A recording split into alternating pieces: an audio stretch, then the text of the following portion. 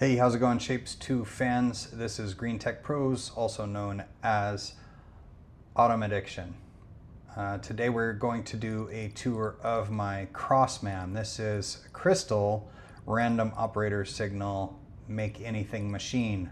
So a crystal MAM is capable of producing any shape that comes out of the ROS1 signal generator, which includes crystals.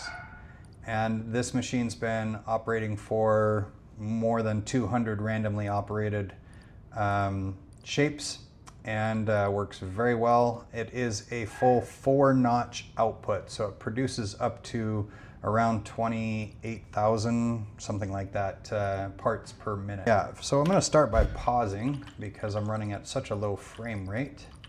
And let's take a look. So first of all, if you haven't checked out my tour of my regular MAM, check that first, because that's going to go all through this whole section. What's different on my crystal MAM is that when the layer is finished producing, this is the output for layer 1, this is the output for layer 2, the output for layer 3 and 4.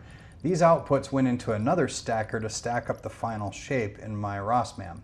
But in the crystal MAM, now I need to take those 4 layers and I need to crystallize where required for each of the 4 layers as I'm stacking them, because if you try to stack them after crystallizing, it will break the crystals.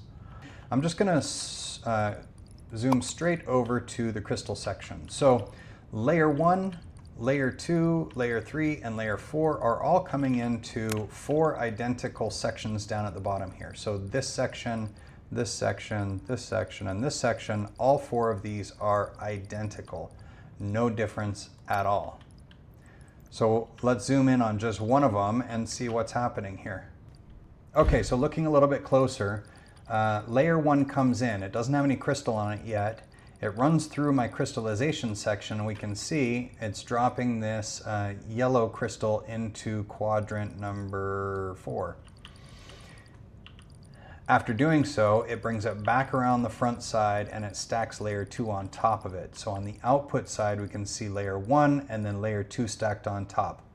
I mentioned in my last tour that I have pins as the 5th shape, and they are used in my MAM for any crystals that need to be generated. So when I'm building the layer in the ROS section up top, it plops a pin down wherever a crystal needs to be. Because when you crystallize over a pin, the pin disappears and it becomes a crystal. Okay, so after I have layer 1 crystallized and layer 2 stacked, it comes into the next platform and I crystallize layer 2. And if layer 2 needs a crystal, like this one does, a red crystal, it gets it, and then it stacks layer 3. All this checking in here, this logic I didn't talk about yet, but this logic is basically checking to see if there is a crystal anywhere in this layer. If there isn't any crystal in a particular layer, then it bypasses the crystal section and it just runs straight over to get stacked. So that's what this logic is checking.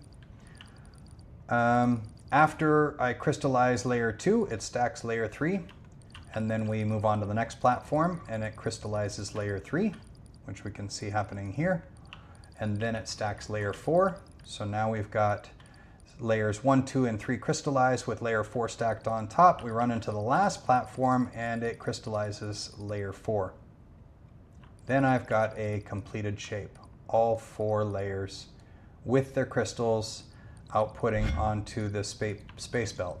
Then it combines the output from this section, this section, this section, and this section all into the space belt up here, which drops off those completed shapes at the train station to be taken to the vortex.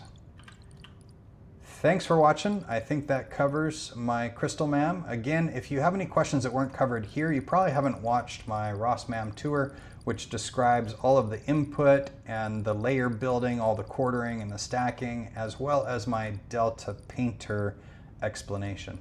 So please check out that video. Let me know if you have any questions. Thanks for watching.